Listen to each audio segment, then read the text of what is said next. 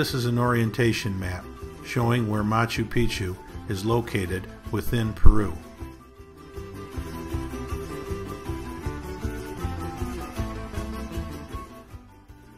At the entrance to the park is a plaque in honor of Hiram Bingham, who discovered Machu Picchu in 1911. Welcome to the top of Machu Picchu.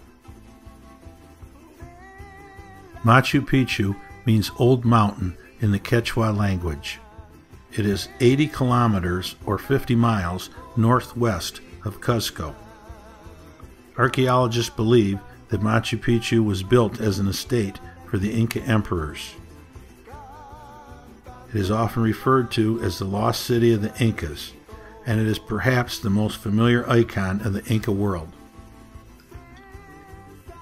The Incas started building Machu Picchu around 1400 AD, but it was abandoned as an official site for the Inca rulers a century later, at a time of the Spanish conquest of the Inca Empire. Although known locally, it was unknown to the outside world before being brought to international attention in 1911 by the American historian Hiram Bingham. In 2007, Machu Picchu was voted one of the 7 wonders of the world in a worldwide internet poll.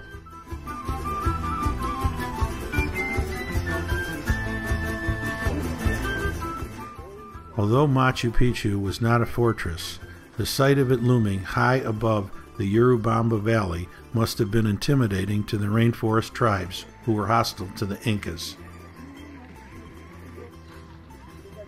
Over the centuries, the surrounding jungle grew over much of the site, and few knew of its existence.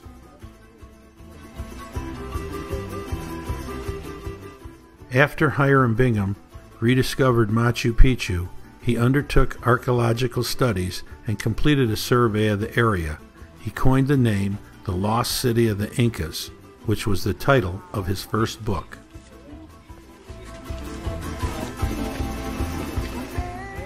All this exploration and walking is starting to make me hungry. Oh, and yes, they do lunch in Machu Picchu. Come on, join us for lunch, and let's listen to this fine entertainment coming up.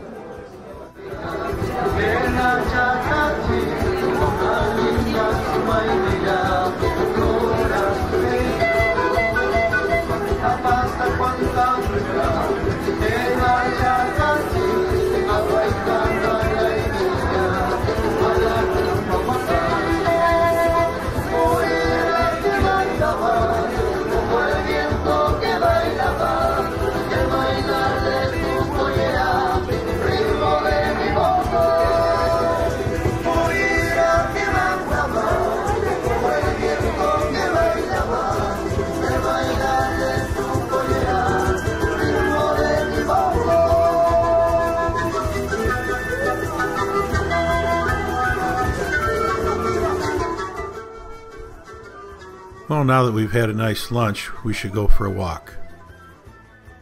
Here's a nice couple discussing something.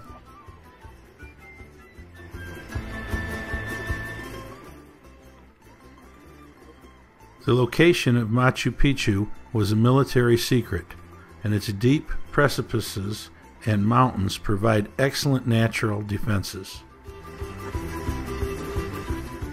The space is composed of 140 structures, including temples, sanctuaries, parks, and residences that include houses with thatched roofs.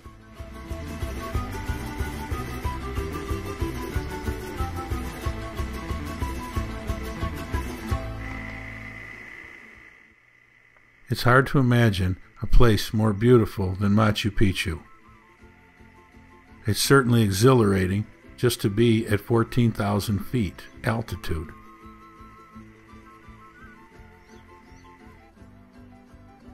Look at this.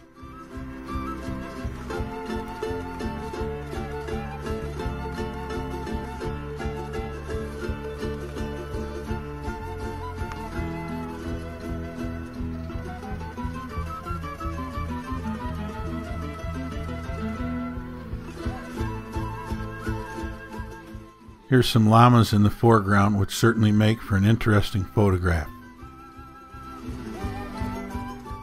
Well, it's time for us to head back to the bus and head down the mountain.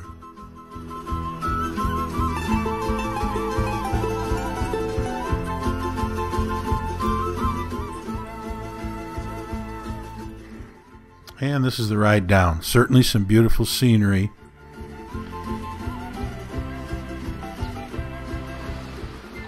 Well, we're down to the base of the mountain. Certainly a nice little city down here.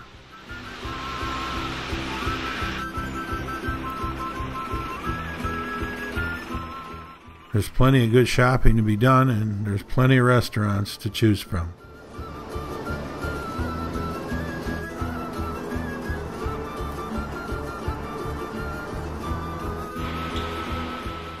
Here we are at a little higher elevation overlooking the town.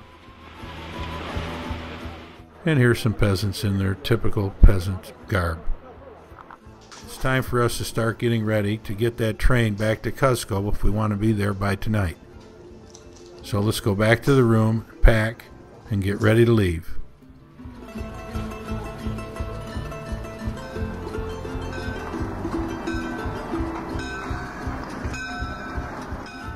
Well, welcome to the train again. This is going to prove to be quite an exciting ride back, as you'll soon see.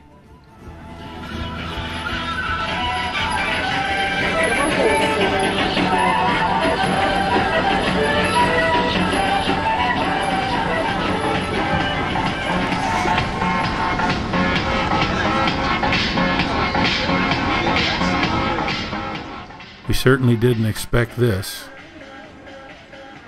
What do they call that again? Was that a runway or a runaway train?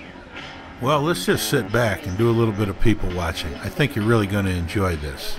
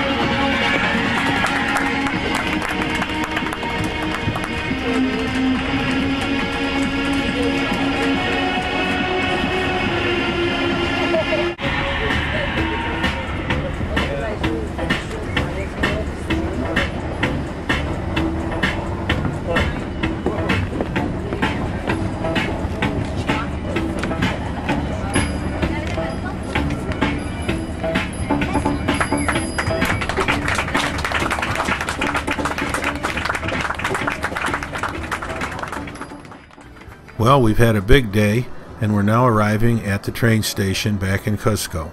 Let's get to our hotel room, get rested up, because we got a big day tomorrow. Good morning, everyone. Remember Cuzco? Well, we're taking another look. A lot of activity. This is a very vibrant city. It actually gets over 1 million visitors a year.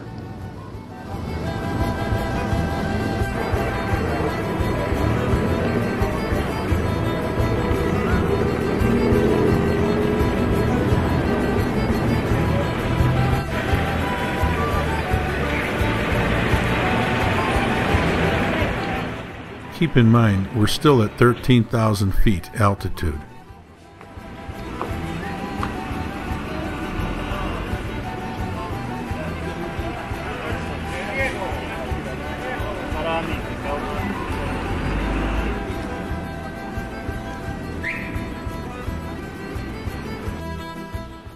There's certainly a lot of hustle and bustle for a city with 400,000 people.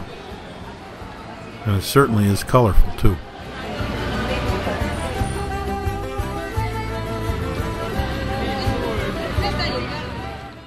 For For our next bit of excitement, we're going to encounter some street dancers. I'm sure you'll enjoy it.